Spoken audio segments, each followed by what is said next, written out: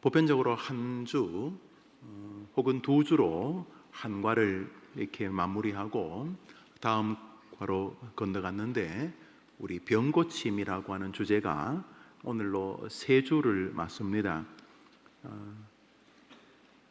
30과로 이루어진 공과인데, 물론 쭉 읽어 나가서 설명이 되어지겠습니다만, 병고침이 가지고 있는 워낙 독특한 어떤 영역으로 인해서 설명을 조금 더 하게 되었던 것 같습니다. 우선 병고침은 우리 주님은 능력이 있다는 것을 우리에게 분명히 보여주시는 것이죠. 성경에서 다양한 예수님의 병고침은 누가 봐도 예수님은 병조차 고치시는 아주 능력이 많은 분이구나, 어디 기도원에 능력 많은 어떤 원장님처럼, 혹은 또 치유의 은사가 있는 어느 기도원의 어떤 목사님처럼, 혹은 전도사님처럼, 혹은 신령한 어떤 권사님처럼 아주 예수님이 병을 잘 고치는 능력이 있는 분이시다, 이런 의미가 분명히 있겠죠. 예수님은 병을 고치시는 분이다. 그런데 병 고치는 이야기로만 그 주제가 한정된다면, 성경에는 꽤 많은 병 고친 사람의 이야기가 나오지 않습니까? 엘리야, 엘리사가 얼마나 많은 병자들을 고쳤습니까? 이스라엘 사람은 말할 것도 없고, 저 다른 나라 아람 장군 나아만도 결국 병을 요단강에 몸을 담그라 해서 고치지 않았습니까? 예수님 전에도 병 고친 사람들이 꽤 많습니다. 예수님 이후에도 베드로 또는 바울, 병 고친 이야기가 굉장히 많이 나오지 않습니까? 그러니까 예수님이 병을 고치셨다는 것은, 우리 주님은 누구냐? 우리 주님은 모든 병든 것을 치료하시는 분이다, 이렇게 하면 이 공과가 충분히 목적을 달성하는 것이 될 것이죠. 우리는 예수님의 증인이니까, 또 주님도 우리에게 오직 한 가지, 내 증인이 되라 그랬으니까 우리는 복잡할 것도 없어요. 누가 좋으니, 우리 교회가 예쁘니, 이런 것도 말할 필요 없고, 우리는 예수만 증거하면 되니까, 우리 예수님도 많이 요구하지도 않으시고, 너는 내 증인이 되라. 내 예수를 통해서 사람을 구원하는 방식을 복음. 왜냐하면 평소에는 죽으면 그만이지 그러다가 어느 날 이 죽음이 진지해지고, 그러다가 이렇게 성경을 굴러다니는 척을 그러니까 죽는 이야기를 꽤 많이 하는 것 같은데, 그러다가 어느 날 설교를 듣는데 사후세계가 있다는 것이 그저 그 전설의 고향 같지 않고, 무언가 이게 그럴 것 같은 생각이 들다가 죽음 문제가 진지해지고, 예수라고 하는 분이 잘 이해는 안 되지만 삼위일체라는 게 우리 인간에게 없는 정신이니까, 이거면 이거고 저거면 저거지, 하나님이면서 사람이 저 무슨 말인지는 모르겠는데 여튼 간에 하나님적 권위를 가진 것 같기는 하는 예수가 이 땅에 온 이유가 뭘까를 곰곰이 생각해 보니까, 예수 믿고 잘 살라, 그것만 같지는 않고, 예수라고 하는 기독교의 신이 이 땅에 와서 한 30년 살다가 십자가에서 죽고, 또 죽은 지 사흘 만에 부활하고 또 승천했다는 이런 모든 패러다임이 혹시 내 죽음의 문제와 상관이 있는 것 아닌가? 70년 80년이 계속 가면 괜찮은데, 하니까 군생활 지나가고, 하니까 30대가 지나가고, 하니까 회갑한 거 엊그제 같은데 벌써 70, 80이다 그러고, 이러면서 그저 어릴 때 늘 약 드시는 할머니에게 물 떠주는 게 내 사명인데, 이제 내가 할미 약 먹으러 물 좀 떠오너라, 이제 내가 그 나이가 되고, 이게 세월이 자꾸 하면서 째깍 죽음이라고 하는 것이 다가오는데, 이거 그냥 깔끔하게 한번 죽으면 되지 싶었는데, 이게 깔끔한 게 아니고, 죽음 다음에 이게 본격적인, 그게 워낙 진실이어서 죽는 순간 사실 우리가 이 땅에서 사는 게 거의 가짜라는 사실을 이제 깨닫게 된다는 게 자꾸 이제 다가오는 거죠. 그러다가 하나의 말씀이 탁 들어가게 되는데, 답이 안 나오다가 어떻게 하겠어, 죽은 다음에 어떻게 하겠어, 그러다가 예수라고 하는 존재가 이 땅과 죽음을 절묘하게 연결하고 있다는 사실을 가슴에 이렇게 깨닫게 되면서, 이제는 친구 장례식장이나 친척의 장례식장이 그저 그냥 조의금 내러 가는 곳이 아니고, 아주 특이한, 아주 무언가를 나에게 연습시키려고 하시는 것 같은 그런 걸 깨닫다가 예수가 만나지는 순간 그 죽음과 삶의 문제가 놀랍게도 이해가 되어지면서 내 안에 와, 이거 괜찮지 않겠는가, 죽어도 이거 해볼만 하지 않겠는가 하는 이런 독특한, 절대로 불신자들에게는 없는, 오직 예수 그리스도만을 믿는 사람에게만 다가오는 독특한 이 땅과 하늘이 연결되어지는 것을 체험하게 되는 거죠. 우리 교회 우리 세터민 한 형제가 암 투병을 하는데 지난주에 제 방에 오라 그래서 부부가 기도를 하는데, 기도하기 전에 아이고 요즘 어떠냐, 얼굴이 뭐 투병하니까 조금 뭐 약해지긴 하지만 얼굴이 환해요, 우리 성도가. 그래서 어떠냐니까, 아이 목사님 뭐 열심히 하다가 죽으면 천국 가는 거고, 그러더라고요. 와, 내가 콧날이 찡했어요. 그 뭐 공산주의자가 한국 온 지 얼마나 된다고. 그런데 병을 통해서 예수가 들어가는 거죠. 그런데 그냥 해보는 소리가 아니고 열심히 투병하고 그러다가 하나님이 데려가시면 천국 가는 거고, 걱정 없습니다. 걱정 없습니다. 일 없수다. 내가 기도하면서 내가 그냥 콧날이 찡해졌어요. 그렇죠. 뭐 설명이 불가능하지만 예수의 소식이 들어가면 복음, 기쁜 소식, 굿뉴스가 되는 줄 믿습니다. 자, 그런데 예수님이 누구냐? 예수님은 모든 병든 것을 고치시는 분이다, 이렇게 우리가 증인이 될 수 있는데, 모든 병든 것을 고치는 것 모든은 아니어도 왜 병 고치는 사람 많잖아. 용한 의사분도 병 고치고, 이 병원 저 병원에서 안 되다가 그 병원 가서 병 낫기도 하고, 뭐 또 어떤 기도원에 가서 병 낫기도 하고. 성경을 보니까 예수님 말고도 뭐 병 고친 사람이 꽤 많은데, 그러면 예수님도 그 사람들 중에 하나인가? 예수님은 누구신가? 라고 하는 주제에 예수님이 병 고치시는 분일 뿐만 아니라 예수님의 병 고침에는 예수님의 독특한 자기 인식과 예수님의 병 고침에 대한 하나님의 말씀의 성취라는 사건이 있다 하는 것이죠. 그래서 지난주에 했던 마지막 부분 해보도록 하겠습니다. 지난번에 N번 했습니다. 읽어보시죠. N입니다. 마태복음 11장 2절에서 5절은 예수님의 병고침이 치료 이상의 어떤 의미가 있음을 알려줍니까? 우리 마태복음 11장 2절에서 5절 읽습니다. 시작. 요한이 옥에서 그리스도께서 하신 일을 듣고 제자들을 보내어 예수께 여짜오되 오실 그이가 당신이 오리까 우리가 다른 일을 기다리오리까? 예수께서 대답하여 이르시되 너희가 가서 듣고 보는 것을 요한에게 알리되 맹인이 보며 못 걷는 사람이 걸으며 나병한 자가 깨끗함을 받으며 못 듣는 자가 들으며 죽은 자가 살아나며 가난한 자에게 복음이 전파된다 하라. 사람이 침체가 와요. 아무리 대단한 믿음의 사람도 침체가 와요.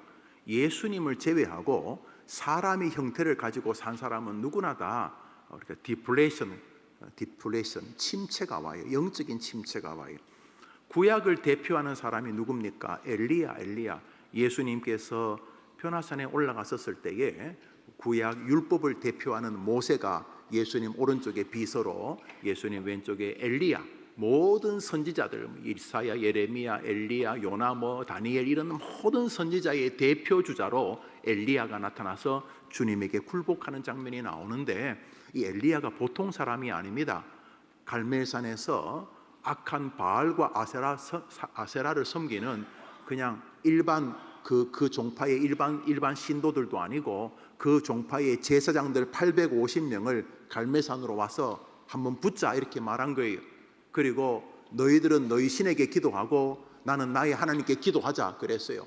그래서 저거들이 이제 불붙이기 제단에다가 바알이여 하면서 막 거의 막 그 종교적인 엑스터시에 빠져서 막 흥분하고 칼로 몸을 자해하면서 막 신에게 자기를 막 희생시키는 거죠. 막 그러면서 고행을 통해서 신에게 암만 빌어도 아무 일도 없었어요. 아무 일도 없었지요. 그다음에 엘리야가 그 나무 혹은 돌 옆에다 물을 기르다 부으라. 물 아니 그냥 생나무에도 불 붙이기 어려운데 물을 흥건하게 해가지고 완전히 물을 부어가지고, 이거는 뭐 도저히 사람의 인력으로 불을 붙일 수 없는 상황을 만들고, 엘리야가 하나님, 저 악한 신들에게 하나님이 전능하신 유일한 하나님인 것을 보여달라고 기도하자 거기에 불이 내려서 그 산을 다 제단을 불태우게 됩니다. 그리고 엘리야가 칼을 쥐고 850명의 목을 다 칩니다. 야, 이건 뭐 엄청난 대승이었습니다. 주변의 모든 사람들이 엘리야를 사람으로 받겠습니까? 이 땅에 현현한 하나님으로 안 받겠습니까? 그 엘리야 손에 흥건하게, 아니 뭐 닭 850마리 잡아도 이거 쉬운 일이 아닌데 이 사람 850명의 목을 뺐으니까 그 뭐 글쎄 뭐 사람을 죽인 어떤지 모르겠습니다만 살기가 있지만은 그게 거룩한 능력에 의한 것이니까 아마 청중들이 다 압도당했을 것입니다. 850명의 목을 베었습니다. 그러면 이제 모든 사람들은 우와, 엘리야 보통 선지자가 아니다. 와, 엘리야 이거 보통 뭐 목사가 아니다. 뭐 이랬겠죠. 보통 성도가 아니다. 안 그랬겠습니까? 그런데 이세벨이라고 하는 이 왕비가 850명 죽였어? 내가 신학교 지어서 8,500명 만들면 돼. 내가 기업 건너 죽이겠다 하고 엘리야에게 방을 보냅니다. 우리 생각에 이세벨 정도의 여자가 그러면은 아이고 까불고 있네, 그럴 텐데 그 말을 듣는 순간 엘리야가 침체가 다 왔습니다. 그가 뭐 구원을 못 받았다는 게 아니라 아이고 하나님 이제 됐습니다. 아이고 이제 그만하시죠. 저를 오늘 그 851번째로 나를 데려가십시오. 로뎀 나무 아래에서 탈진했는데 그게 무슨 겸손한 게 아니고 완전히 탈진한 것이며 완전히 탈진한 것입니다. 그래서 하나님께서 엘리야에게 자자 하고 재우시고 까마귀를 통해 음식 먹이고 재우고 또 이렇게 휴식을 주시죠. 그러다고도 충전시켜 주시고 사랍다 과부를 만나게 해서 격려받게 하시고 다시 이렇게 사람을 회복시켜 주시죠. 여기 엘리야도 침체합니다. 엘리야 뭐 놀다가 침체한 게 아니고 이건 뭐 말 그대로 주의 일을 엄청나게 하다가 침체를 하지요. 신약에서 엘리야 뺨칠 수 있는 사람이 있는데 바로 세례 요한입니다. 세례 요한, 여인이 낳은 자 중에 가장 큰 자라 그랬으니 이건 보통 선지자가 아닙니다. 뭐 요나 같은 2류 3류 목사가 아니고 진짜입니다. 진짜 이거 진짜 목사입니다. 이 세례 요한은 뭐 완전히 사람 앞에서 주눅 드는 사람이 아니고 그냥 강한 사람에게 더 강하게, 보통 센 사람이 아닙니다. 광야에서 주님을 외칩니다. 뭐 교인들이 있으려면 뭐 시내로 와야 될 텐데 광야에 가서 그 광야에서 외칠 때 광야로 사람들이 인산인해를 이루었고 주님도 그쪽으로 오셨으니까 그 세례 요한이 주님을 딱 보는 순간 무릎을 꿇고 세상 죄를 지고 하는 하나님의 어린 양 메시아라고 말하고 자신의 제자들을 다 예수께 가라고 할 만큼 나는 저분의 신들매도 풀 수 있는 자격이 없다라고 그분을 극찬합니다. 메시아라고. 그러다가 잡히게 됩니다. 그 임금 본붕왕의 잘못을 지적하다가 이제 잡혀서 정치적인 이유로 잡혔는데 우리 생각에 뭐 보통 사람도 믿음 있으면 감옥에서 뭐 요단강 건너가 만날이 그러고 마귀들과 싸울지라 그러고 뭐 죽인다 그러면 뭐 죽여라, 내가 언제 뭐 이 밥에 고깃국 먹었냐, 네 맘대로 해라, 우리 주님 나와 함께 하신다, 뭐 이런 다니엘 같이 할 것 같은데 이 세례 요한이 감옥에서 며칠 있다가 이렇게 영치금을 주러 온 제자에게 그랬습니다. 얘야, 너 예수님한테 가서 내가 그러더라고 하고 한번 물어보고 그 답을 내게 전해다오. 선생님 뭐라고 물을까요?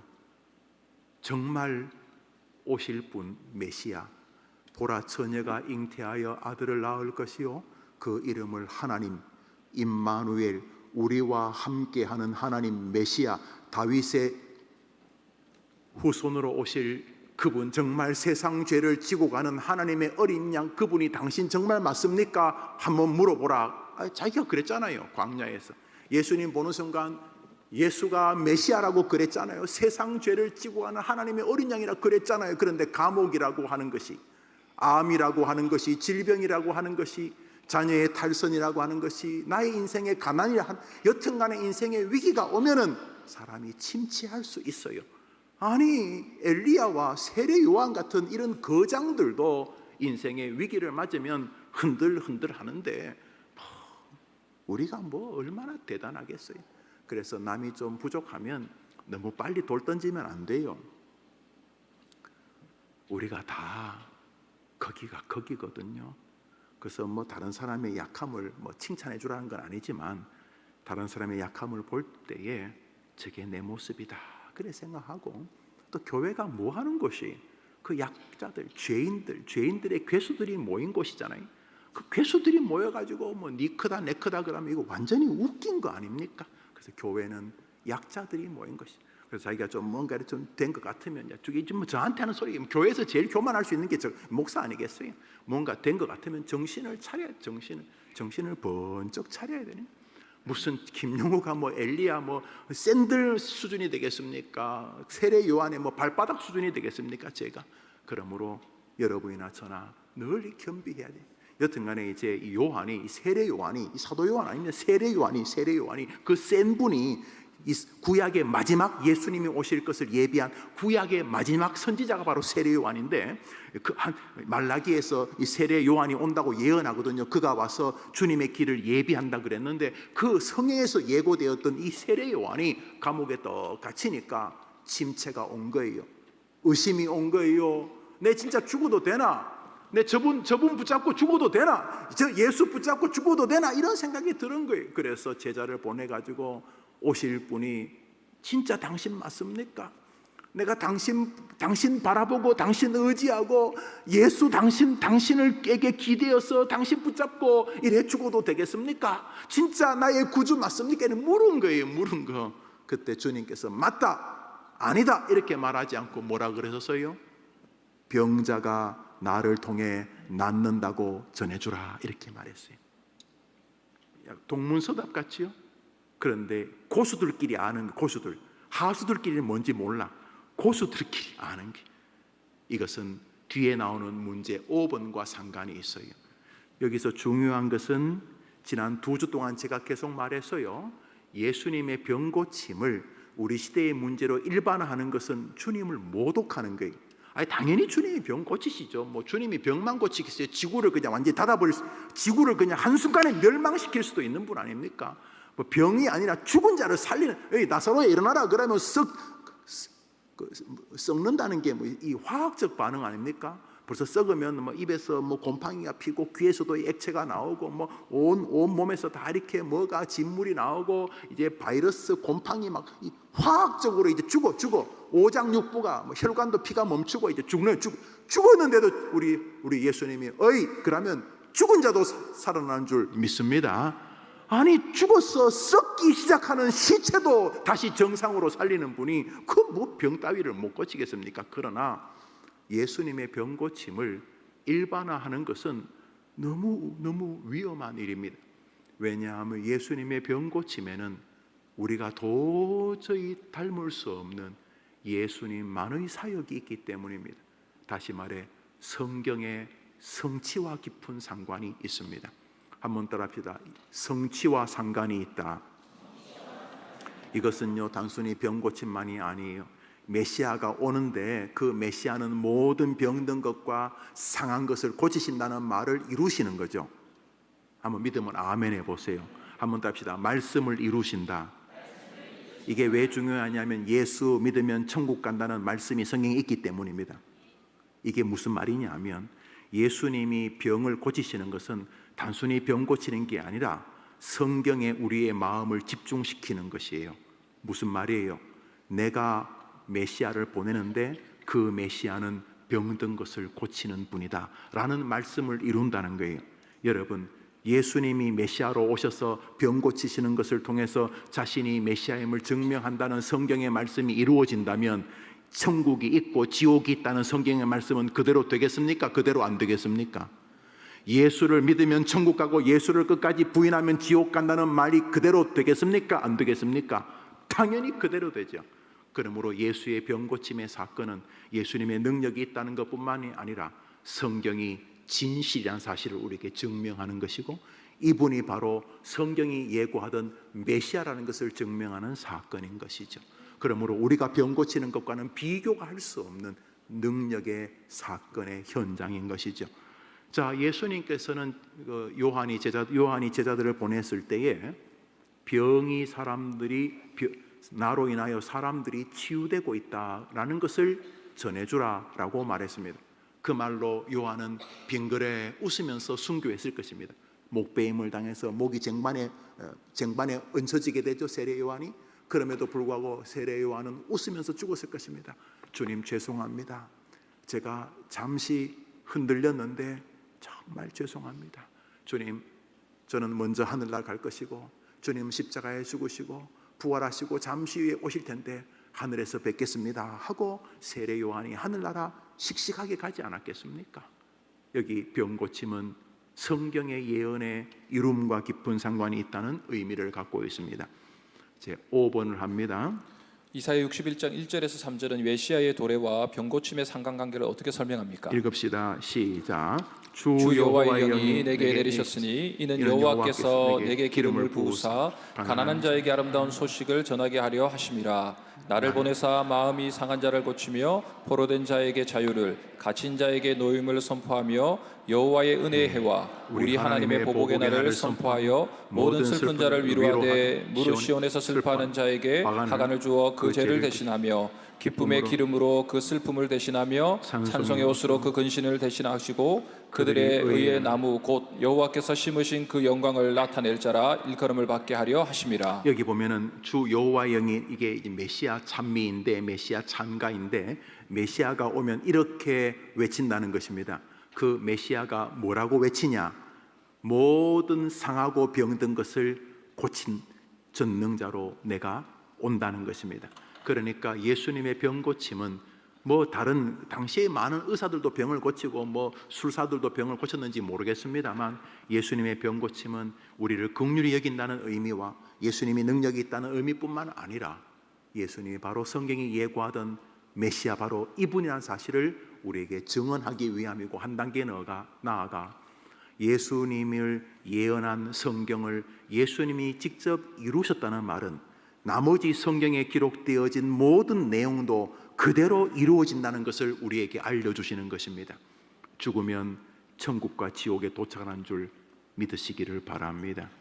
천국과 지옥이 우리 앞에 째깍 다가오고 있고 우리는 거기에서 영생하는 사람으로서 하나님과 함께 영원히 영광을 누리거나 영원히 지옥에서 그 어리석은 부자처럼 물 한 방울의 은혜도 없이 저주의 길을 걸어가며 자신의 가족들이 이 땅에서 예수를 믿을 기회를 자기에게 줬는데 자신의 행실과 자신의 전도하지 않음으로 인해서 자기의 형제 다섯이 지옥으로 오는 것을 슬픔으로 맞이할 수밖에 없는 고난의 고통에 영원한 저주에 빠지게 된다는 것입니다.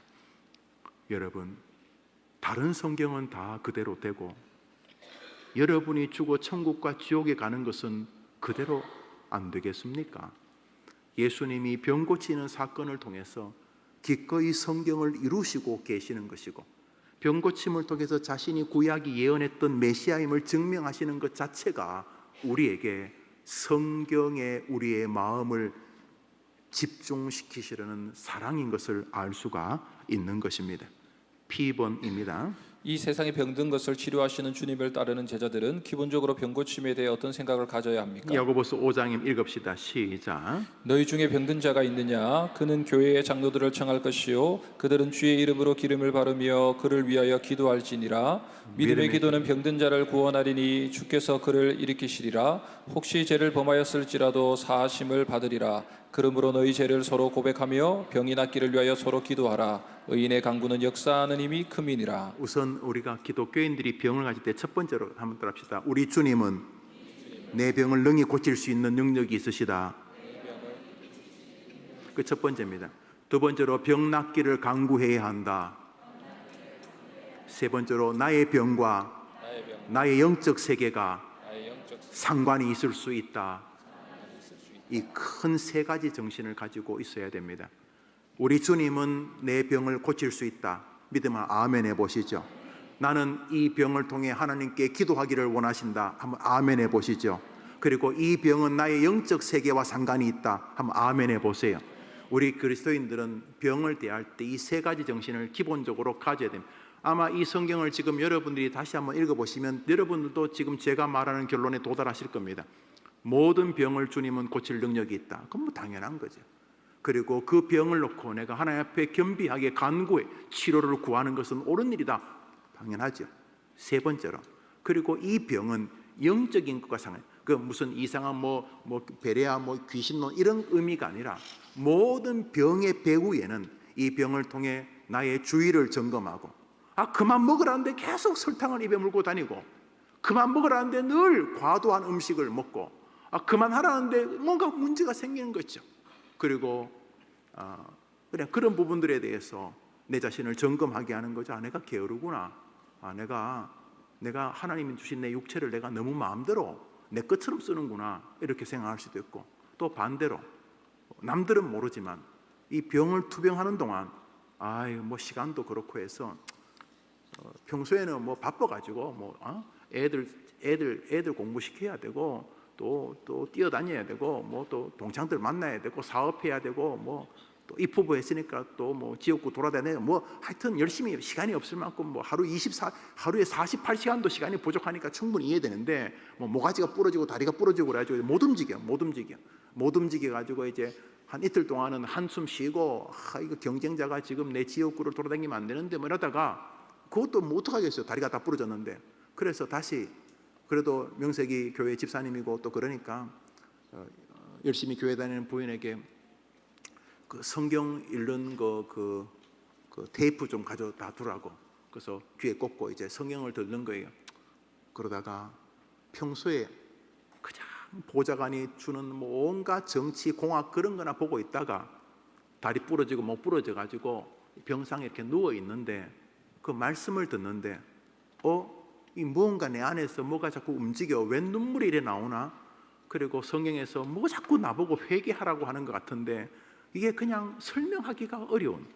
그래서 좀 껐다가 다시 켰다가 또 껐다가 또 다시 켰다가 껐다가 그러다가 말씀 앞에서 혼자 부흥회를 하고, 그래서 치료가 되는 동안 무언가 좀 달라질 인간이 되는 것은 충분히 가능하지 않습니까?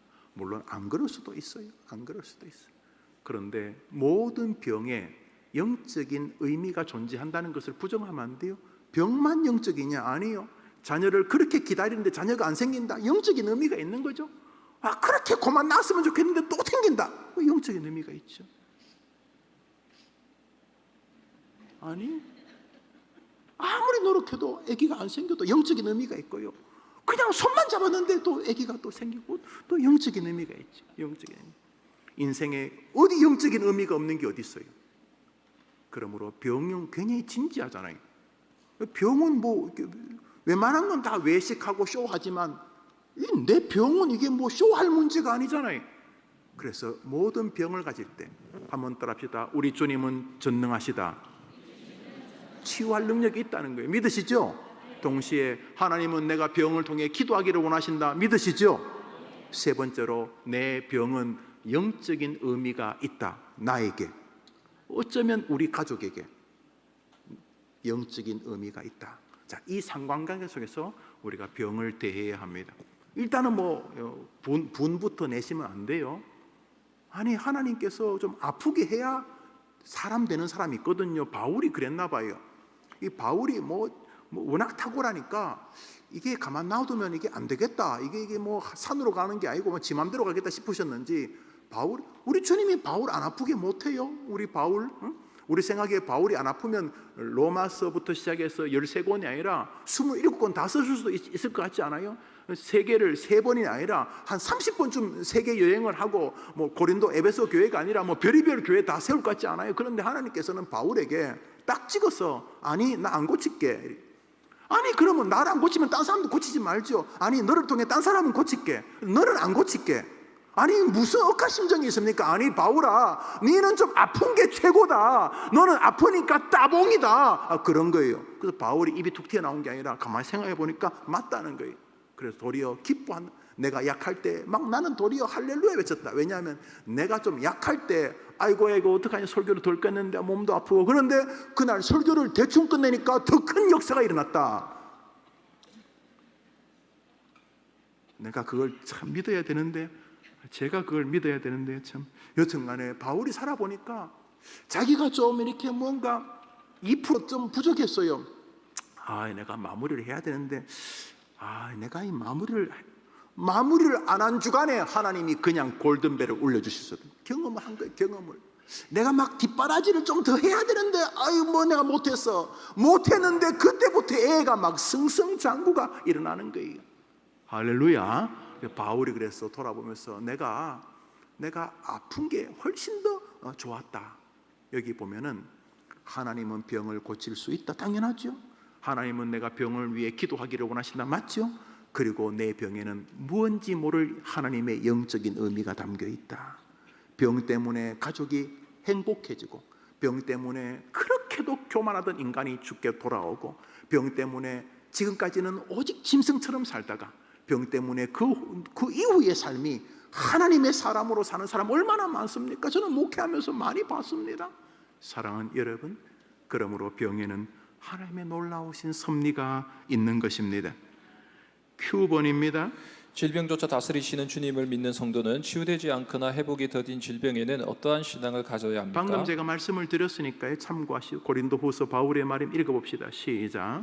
여러 계시를 받은 것이 지극히 크므로 너무 자만하지 않게 하시려고 내 육체의 가시 곧 사탄의 사자를 주셨으니 이는 나를 쳐서 너무 자만하지 않게 하려 하심이라. 이것이 내게서 떠나가게 하기 위하여 내가 3번 주께 간구하였더니 나에게 이르시기를 내 은혜가 내게 족하도다. 이는 내 능력이 약한 데서 온전하여 줌이라 하신지라.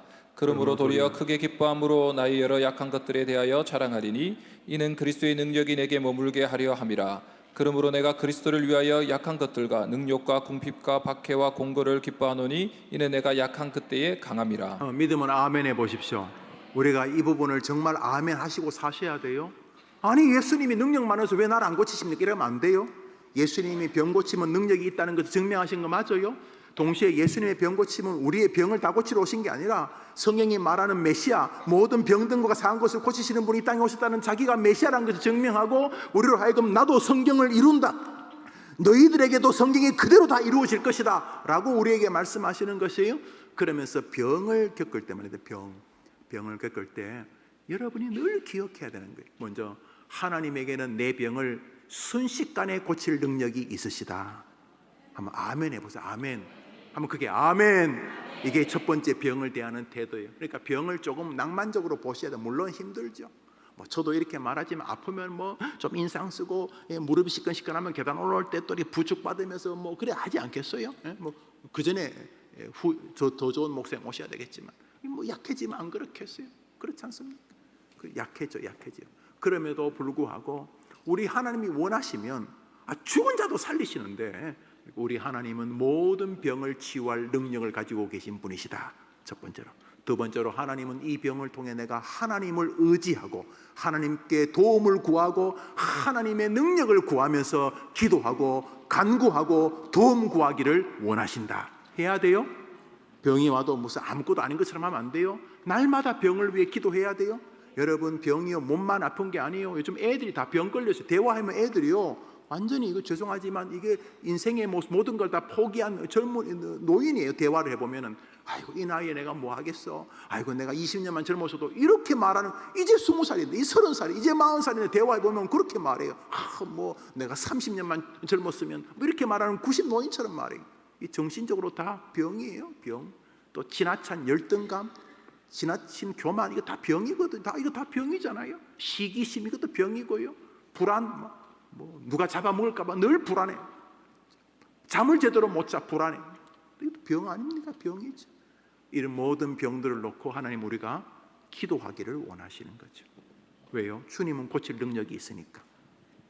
하나님을 믿고 기도하는 여러분 되기를 바랍니다. 근데 세 번째로 한번 더 합시다. 내가 겪는 모든 병은 나를 향한 하나님의 영적인 의미가 있다.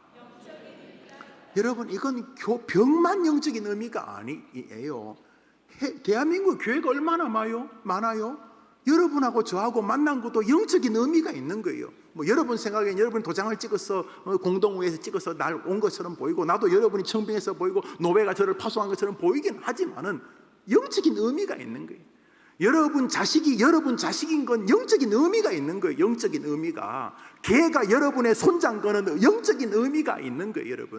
여러분이 대한민국에 태어난 건 영적인 의미가 있는 거예요. 여러분 날 때부터 정했어요. 뱃속에서 나는 코리아, 거기서 나는 수리아, 이라크에서 안 나야지 그랬습니까?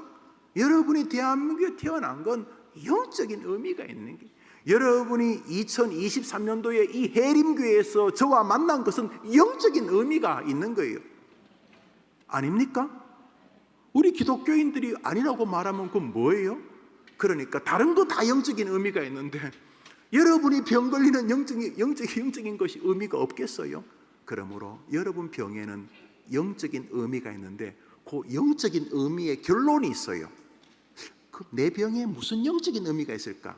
한번 답시다. 하나님은 나의 어려움을 통하여, 나의 병을 통하여 하나님 자기가 영광을 받고 싶어 하신다. 무조건 아멘 해보세요. 무조건이.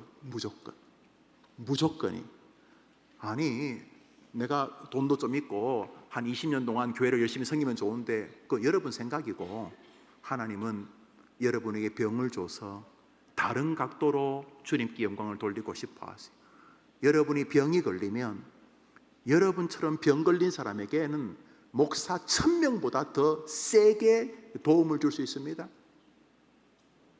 여러분이 병에 말기면 여러분은 병 말기에 있는 사람들에게 죄송하지만 죽은 바울이 살아나는 것보다 더 센 능력을 줄 수 있습니다. 자식이 일찍 먼저 소천했어요. 병이죠. 가슴앓이 아닙니까? 자식이 죽으면. 그런데 말입니다, 자식이 먼저 죽는 마음의 병을 가진 그 어머니는, 그 장모님은, 그 집사님은 그렇게 고통을 당하는 병든 자에게 하나님의 영광을 높일 수 있는 탁월한 자리에 설 수 있다는 거예요. 믿으면 아멘 해보세요. 우리가 다 몰라요. 우리가 다 알면 하나님이지 뭐. 왜 안 고쳐주니 나도 모르지 여러분. 저도 기도해요. 고쳐주시도록. 그러나 하나님은 모든 병을 고칠 능력이 있다. 그리고 하나님은 병 가지고 내가 기도하기를 원하신다. 그러나 내 병에는 하나님의 영적인 뜻이 있다. 그게 정확히는 모르겠는데 결론은 안다. 주님은 내 병을 통해 자신이 영광을 받고 싶어 하신다. 한번 믿으면 아멘 해보세요. 이게 우리 기독교의입니다. 우리는 이분이 주님이라고 말하는 사람들입니다. R번입니다. 질병의 고통이 주는 유익이 있습니까? 성경은 무엇이라고 말합니까? 아니 목사님 무슨 변태입니까? 뭐 질병이 무슨 유익을 줍니까? 있다는 거예요. 성경은 있다는 거예요. 아니 건강하면 뭐 또 주님 일 섬기고, 제가요 살아보니까 꼭 그런 거 아닌 것 같아요. 꼭 건강하기 때문에 주님 일을 한다, 뭐 그런 분도 계신데요. 제가 31년, 92년도에 신학교 갔으니까 31년째 지금 이렇게 목회하잖아요. 31년째. 뭐 50년 하신 분들에 비하면 아직도 병아리겠지만, 그래도 뭐 제가 딴 거 안 하고 31년간 뭐 제가 뭐 딴 책도 보긴 봤습니다만 제일 많이 보는 게 성경이고, 그래도 뭐 저도 나쁜 짓 하겠습니다만 할 수 있으면 그래도 목사가 나쁜 짓 하면 되겠나 싶어서 그래도 좀 애를 쓰고 안 그랬겠어요? 또 그 중에서 20년은 오직 해림교회만 있었는데 정말 여러분 정말 고마워요. 20년 동안 어떻게 도망 안 가고 이렇게 계셔 주셔서 정말로 고맙고 진심으로 고맙습니다. 정말 20년 동안 지겹지도 않았어요. 참 너무너무 고마워요. 반대로 또 저보고도 너는 안 지겹냐? 안 지겨워요. 제가 여러분 지겨워하는 것이 느껴져요? 뭐 그렇게 말하든 말든 간에 여튼 간에 인생에서 살아보면서요, 저는 어릴 때부터 교회 다녔거든요. 제가 좀 보잖아요. 사람을. 늘 제가 가지는 생각은 거기가 거기거든요. 인간이요. 그래서 하나님의 은혜 받으면 거룩해지지 않을 사람이 없고, 하나님의 은혜가 떠나면 괴물 아닌 사람 없어요. 다 똑같거든요. 다 똑같. 애나 어른이나 다 똑같다. 저나 뭐 여러분도 마찬가지. 자, 그런데 건강하면 더 믿음이 좋으냐, 뭐 그런 사람도 있는데, 제가 보니까 좀 과다하게 표현하면 99대 1이에요. 뭔가 좀 아파야 하나님 앞에 가는 것 같아요. 저도 그렇고 제가 목회를 해보니까, 물론 뭐 우리 교회는 그 일이 다 1일 수도 있는데 99%는 어딘가 좀 꺾이고 어딘가 좀 부러지고 어딘가 좀 구멍 나고 어딘가 금이 가고 어딘가 힘들었을 때 아버지 하고 나오는 것 같아요. 아마 그래서 우리를 자식의 부모 되게 하는 거 아닌가요? 그 부모는 그 좀 정신 좀 차리려 그러면 또 기도 제목이 되고 내 입에 못 들어가도 그놈 입에 못 들어가면 괜히 마음 아프고 그러잖아요. 그 자식이 참 독특한 거죠. 그렇지요? 자, 고통이 주는 유익이 있는가? 질병. 이거를 말하는 이 문제를 하는 이유가 하나님은 병을 고칠 능력이 있다. 당연하죠. 하나님은 병 때문에 내가 하나님께 부르짖고 기도하기를 원하신다고 당연하죠. 그런데 이 병에는 하나님이 나에게 무언가 영적인 시그널을 담아두신다. 그리고 그 과정은 다 모르겠는데 결론은 내 병을 통해 자기, 당신, 하나님 자신이 영광을 받고 싶어 하신다. 이게 이제 우리의 병에 대한 개념인데, 그러면 내가 낫는 방향으로 영광 받으면 당신도 좋고 나도 좋을 것 같은데 이상하게 내가 낫는 것도 아니고 아닌 것도 아니고 이게 뭐 늘 스탠바이 해가지고 이게 깜빡해 넘어질 것 같기도 하고 뭐 이게 하나님이 나를 이게 뭐 일부러 이러시나 싶을 만큼 좀 고통이 연장되는 방식으로 나를 이끄시는데도 거기 나를 향한 유익과 뜻이 계신가? 이런 물음이 성경 말씀 로마서 8장 있습니다. 시작. 누가 우리를 그리스도의 사랑에서 끊으리요? 환난이나 공고나 박해나 기근이나 적신이나 위험이나 칼이랴 기록된 바 우리가 종일 주를 위하여 죽임을 당하게 되며 도살당할 양같이 여김을 받았나이다 함과 같으니라. 그러나 이 모든 일에 우리를 사랑하시는 이로 말미암아 우리가 넉넉히 이기느니라. 내가 확신하노니 사망이나 생명이나 천사들이나 권세자들이나 현재인이나 장래인이나 능력이나 높음이나 깊음이나 다른 어떤 피조물이라도 우리를 우리 주 그리스도 예수 안에 있는 하나님의 사랑에서 끊을 수 없으리라. 놀랍게도 여기 바울이 지금 뭐라고 말하냐면 누가 우리를 그리스도의 사랑에 끊으리요 하고 그 예를 든 게 환난이나 곤고나 박해나 기근이나 적신이나 위험이나 칼이라 기록된 바 우리가 종일 주를 위하여 죽임을 당하게 되며 도살당할 양같이 여김을 받았나이다 함과 같으니라. 선배나 자기가 고난과 공경 속에서 있었다는 거예요. 선배들도 그렇고 우리도 그렇다는 거예요. 그러나 이 모든 일에 우리를 사랑하는 이로 말미암아 우리가 넉넉히 이기느니라. 여기 보면은 이런 고난, 환난, 기근, 박해, 적신이 하나님과 우리 사이의 신앙이 진짜냐 가짜냐를 점검하는 좋은 도구가 된다고 바울이 말하고 있는 것이죠. 바울에게도 그러면 우리에게도 그렇게 될 줄 믿습니다. 이렇게 바울이 이게 정말 피로 찍어서 쓰는 말 아닙니까? 기근과 박해, 이게 쉬운 게 아니에요. 기근만 해도 힘들어요. 뭐 배가 고프고 힘들잖아요. 애 뒷바라지 못하는 것도 배고픈 거고 그것도 그렇잖아요. 남들 뭐 영화 관람 문화생활 할 때 그거 못하는 그것도 뭐 기근일 수도 있고 여튼간에 그죠? 그래 그럴 수 있어요. 그런데 그런 모든 어려움들은 하나님과 우리 사랑을 다시 한번 점검할 수 있는 기회라는 사실입니다. 도리어 이런 일을 통해서 내가 하나님을 사랑하고 하나님이 나를 사랑한다는 신앙을 더 굳건히 할 수 있는 계기가 된다고 믿으시기를 바랍니다. 그러니까 병이 안 낫는다고 과도하게 짜증내는 것은 마치 바울에게 하나님이 몹쓸 짓을 한 것처럼 말하는 것과 똑같은 것이죠. 아니 뭐 저야 아프고 해봐야 뭐 그냥 한 교회 목사지만 이 바울 이 귀한 어르신이 아프시면 세계 역사가 뒤집어지는데 그런데 기꺼이 바울을 아픈 것을 용납하신 거죠. 아니 주님이 왜 못 고쳐요? 근데 바울이 아픈 것을 기꺼이 거룩한 사랑으로 안 낫는 은혜를 주신 거죠. 한번 따라합시다. 낫지 않는 은혜, 끝나지 않는 가슴앓이. 그 하나님이 우리를 사랑해서 주셨다는 거죠. 한번 믿으면 아멘 해보세요. 자, 그래서 우리는 병을 통해 우리를 다루시는 세계를 보게 됩니다. 정리합니다. 담고 버리는 물음 1번임 A입니다. 치료하시는 예수님이 나에게 요구하시는 신앙은 무엇이라고 생각합니까? 요한복음 3장 16절 읽읍시다. 시작. 하나님이 세상을 이처럼 사랑하사 독생자를 주셨으니 이는 그를 믿는 자마다 멸망치 않고 영생을 얻게 하려 하심이라. 마태복음 11장 28절 읽읍시다. 시작. 수고하고 무거운 짐진 자들아 다 내게로 오라 내가 너희를 쉬게 하리라. 치료하시는 예수님이 우리에게 주시는 첫 번째 진리는 무엇입니까? 예수에게로 가면 길이 있다는 것입니다.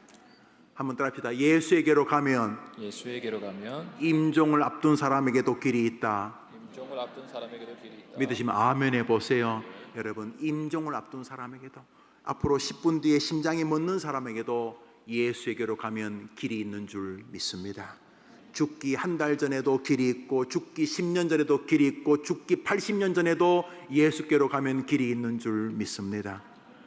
예수께로 가면 나아도 행복하고, 예수께로 가면 바울처럼 낫지 않아도 막 방방 뛰면서 자기가 낫지 않은 것을 막 노래 부르고 다니면서 나는 하나님의 은혜로 낫지 않았다. 와, 하나님이 나를 이렇게 사랑하시다니. 와, 하나님께서 그냥 놔뒀으면 인간 말종 김 목사 될 텐데 하나님께서 나를 사랑해서 나를 낫게 안 하셔서 아이고 요만큼이라도 목사하게 해주셔서 너무 감사하다. 바울이 지금 그러고 있는 것입니다. 낫는 은혜의 주인공, 낫지 않는 은혜의 주인공 다 되기를 축원합니다. 여러분의 나음을 통해 주님이 영광을 받고, 여러분이 낫지 않기 때문에 더 주님께 영광을 돌리는 여러분 되기를 축복합니다. B번입니다. 인류에게 미친 최고의 병은 무엇이며 그것을 고치신 분은 누구입니까? 고린도전서 15장 읽읍시다. 시작. 아담 안에서 모든 사람이 죽은 것 같이 그리스도 안에서 모든 사람이 삶을 얻으리라. 사실은 예수 그리스도께서 이 땅에 오신 모든 잔잔한 병들을 고치고, 우리 시각장애인을 눈을 뜨게 하고 앉아서 못 일어나시는 분을 이렇게 세우고 하는 이런 모든, 귀신 들린 자를 고치시고 하는 이런 모든 것들은 영원한 이 질병, 죽음의 다 뾰루지. 우리가 음식을 잘못 먹으면 그 원인이 여기 뭐 빨간 약을 바르려서 될 문제가 아니고 이 식중독 안에 있는 이 부분을 정리해야지만 이게 두드러기 같은 게 가라앉는 것처럼 우리의 모든 이런 뭐 아픔, 병, 질병, 뭐 미움, 시기, 뭐 암, 뭐 이런 것들이 전부 다 이 죽음이라고는 뿌리에서 이게 삐져나온 이게 뭐 알레르기 같은 것들이 이게 전부 다 이게 진짜가 아니고, 진짜는 죽음. 그런데 아담 안에서 모든 인간이 영원한 저주 안에 있다가 예수가 와서 영원한 생명의 길로 인도하시는 줄 믿습니다. 그래서 이 고친 병든 곳, 상한 것을 고치는 모티브는 결국 메시아이심을 증명하는 것임을 알 수가 있습니다. 뭐 B번의 정답은 예수님 이렇게 말해야 되겠죠. C번입니다. 우리가 육체의 장막에 거하는 동안 육체와 정신의 연약함을 통해 전달되는 최고의 복은 무엇입니까? 로마서 5장 읽읍시다. 시작. 우리가 아직 연약할 때에 기약대로 그리스도께서 경건하지 않은 자를 위하여 죽으셨도다. 우리가 약할 때마다 하나님이 우리를 사랑해서 예수를 보내셨다는, 예수를 의지하는 믿음으로 우리가 나아가게 된다는 사실입니다. 우리가 이 땅에서 약하고 어렵고 병들 때마다 우리는 결국 그분에게로 고개를 돌리게 되는 것입니다. 우리가 약하지 않으면 얼마나 자기를 자랑하겠습니까? 헤롯이 자기를 교만하게 높이다가 하나님께 영광을 돌리지 않고 벌레에 물려 죽었다고 하는데, 그런 것처럼 우리가 그렇게 살 텐데, 자기 자랑이나 하고 그럴 텐데, 우리가 약하기 때문에 자꾸 예수를 바라보게 되는 것이죠. 그러므로 약함을 통해서 가장 중요한 것은 예수 그리스도가 이 땅에 보내주신 하나님의 사랑이고, 우리의 약함은 바로 예수 외에는 구원의 길이 없다는 사실을 깨닫게 하는 믿음이고, 우리의 약함은 그 구원자 예수를 의지하게 하는 믿음의 길로 나아가게 하기 때문에 우리의 약함 때문에 가진 최고 수지 맞음은 예수를 만나게 된다는 사실입니다. 할렐루야. 사실은 우리가 병들어서 예수님 오신 거 아닙니까? 우리가 영적으로 병들어서 예수님 오신 거 아닙니까? 우리를 구원하시려고. 그러면 병듦이 축복인 것입니다. 병들었기 때문에 주님을 만나게 되는 것입니다. 병들었기 때문에 주님을 의지하게 되는 것입니다. 다음 주를 준비하는 물음입니다. 예수님의 병 고치심은 그분이 구주이심을 드러내는 하늘의 언어였습니다. 병든 세상과 병든 사람을 치유하고 회복시키는 모습을 통해 그분은 자신이 구약 성경이 예고한 구세주이심을 온전히 드러내셨던 것입니다. 치유하시는 예수님을 상고한 우리는 다음 주에 가르치시는 예수님을 상고하게 될 것입니다. 허무와 멸망으로 달려가는 인생길과 그 슬픈 죽음의 행진을 끊기 원해 인생의 답과 진리를 찾는 이들에게 여러분은 지금 누구를 소개하고 있습니까? 우리 오늘 본문 마태복음 4장 23절부터 25절을 마지막으로 읽고 다음 주를 한번 준비해 보려고 합니다. 우리 마태복음, 오늘 본문이죠. 오늘 본문 마태복음 4장 23절 25절 읽읍시다. 시작. 예수께서 온 갈릴리에 두루 다니사 그들의 해당에서 가르치시며 천국 복음을 전파하시며 백성 중에 모든 병과 모든 약한 것을 고치시니. 잠깐만요. 예수님이 메시아로 사역하셨다 이러면 될 것 같은데, 성경에서 예수께서 온 세상에 다니시면서 가르치시고 그러면 됐는데, 천국 복음을 어떻게 하시고 전파하시고 그리고 모든 병든 것을 고치셨다. 한번 더 합시다. 가르치시고 전파하시고 고치셨다. 예수님의 사역은 이 세 가지로 총칭될 수 있습니다. 오늘 우리는 예수님이 누구시냐 이렇게 물었을 때에 우리는 예수님이 치료자다. 자네 요즘 힘들지? 예수에게 가봐. 자네 손주가 요즘 힘들다면서 자네하고 손주 데리고 예수님께 한번 가봐. 예수께 간다고 길이 있나? 여보게, 그분은 모든 거 고쳐. 아니, 우리 애가 지금 탈선하고 고친다니까. 여보게, 예수에게 길이 있어. 그분은 치료자야. 이렇게 우리가 예수님이 모든 병든 것을 고치시는 분이라고 증언해야 하는 것처럼, 우리는 예수님이 이 땅에서 참 진리를 가르친 참 선생이라고 말할 수 있어야 된다는 것입니다.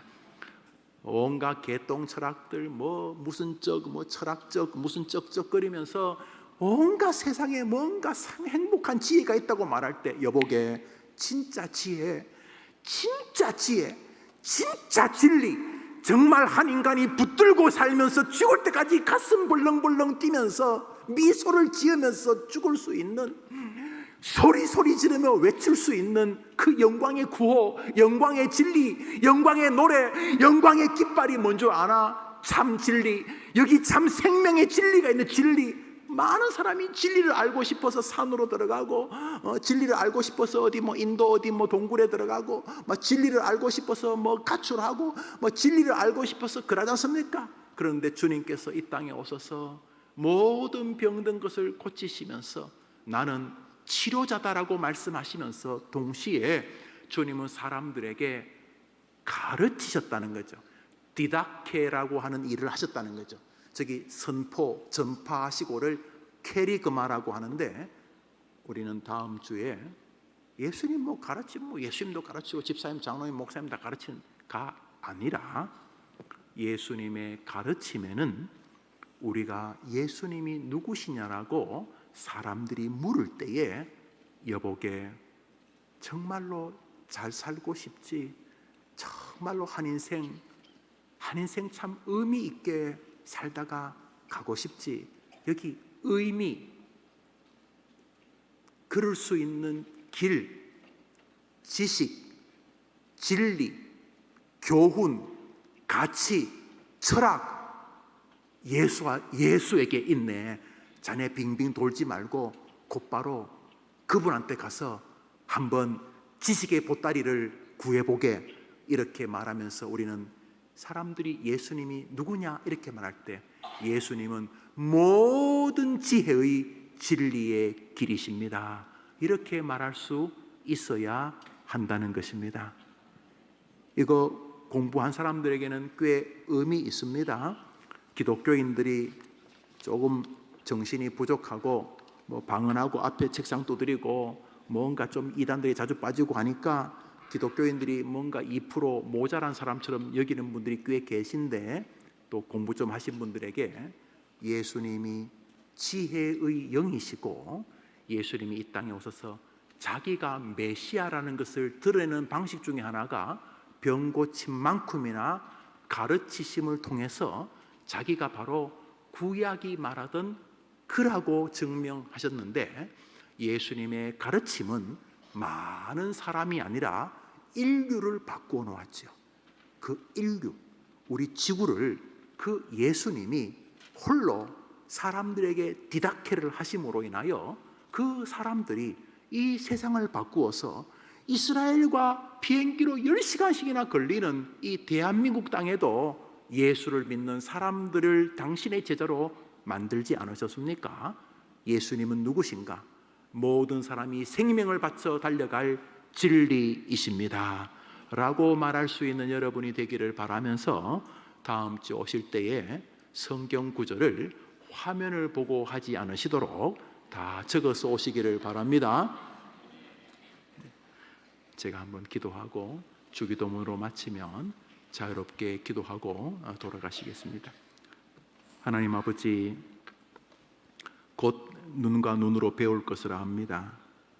곧 우리 선배들이 가던 그 코스, 심장이 더디 뛰다가 멈추고 모든 사람이 내 장례식장에 올 것이고, 우리 영혼은 그렇게 꿈꾸던 우리의 본향에 도착해 있을 텐데, 그때 다른 거는 별로 할 말이 없어도 예수님에 대해서는 너무도 할 말이 많은 예수쟁이의 삶을 살다가 주님을 뵙게 우리에게 은혜를 더해 주옵소서. 예수 때문에 즐겁고 예수 때문에 죄송하고 예수 때문에 신나고 예수 때문에 교회 생활이 감격스럽게 도와주시옵시고 왜 기도할 때마다 예수의 이름으로 기도한 것이 얼마나 놀라운 은혜였는지를 경험할 수 있도록 예수의 증인으로 우리를 세워주시옵소서. 주님은 우리 보고 예수의 증인, 내 증인이 되라고 하셨는데 정작 사람들에게 예수님이 누구냐고 묻는 물음을 들을 때마다 별로 증거할 것이 없는 사람이 아니라 예수님은 하나님이시고 예수님은 사람이시고 예수님은 치료의 구주이시고 예수님은 지금도 살아계시고 예수님은 지금도 우리와 함께 하시고 예수님은 우리를 구원한 유일한 길이라고 말할 뿐만 아니라 너무도 사랑한 나머지 예수님에 대해서 앞에 사람이 깊이 감동을 받을 만큼 예수 그리스도의 사람으로 우리가 설 수 있도록 우리를 이 수요일마다 은혜로 인도해 주시옵소서. 하나님 아버지, 조국 교회가 전도를 멈추었다고 합니다. 하나님 아버지, 첫 번째 타격은 젊은이들과 어린 아이들인데 하나님께서 도와주셔서 우리에게 어린 아이들이 교회로 오게 해주셔서 감사합니다. 더 많이 예수님을 전하게 도와주시고 교사님들과 함께 부모님들 그리고 그 어린 아이들이 자신의 동료와 자신의 자녀들에게 예수님을 증거하려는 사람들을 잘 예수께로 인도할 수 있도록 우리에게 증인의 영, 증인의 지혜를 허락해 주옵소서. 이 저녁에 드릴 기도 제목 가지고 나와 기도하는 모든 성도들에게도 은혜 주시기를 예수님의 이름으로 기도합니다. 아멘. 주님 가신 길로 예배를 마치고 자유롭게 기도하시고 돌아가십니다. 하늘에 계신 우리 아버지여, 이름이 거룩히 여김을 받으시오. 나라의 마옵시며 뜻이 하늘에서 이룬 것 같이 땅에서도 이루어지이다. 오늘날 우리에게 일용할 양식을 주옵시고 우리가 우리에게 죄 지은 자를 사하여 준 것 같이 우리 죄를 사하여 주옵시고 우리를 시험에 들게 하지 마옵시고 다만 악에서 구하옵소서. 세계의 나라와 권세와 영광이 아버지께 영원히 있사옵나이다. 아멘.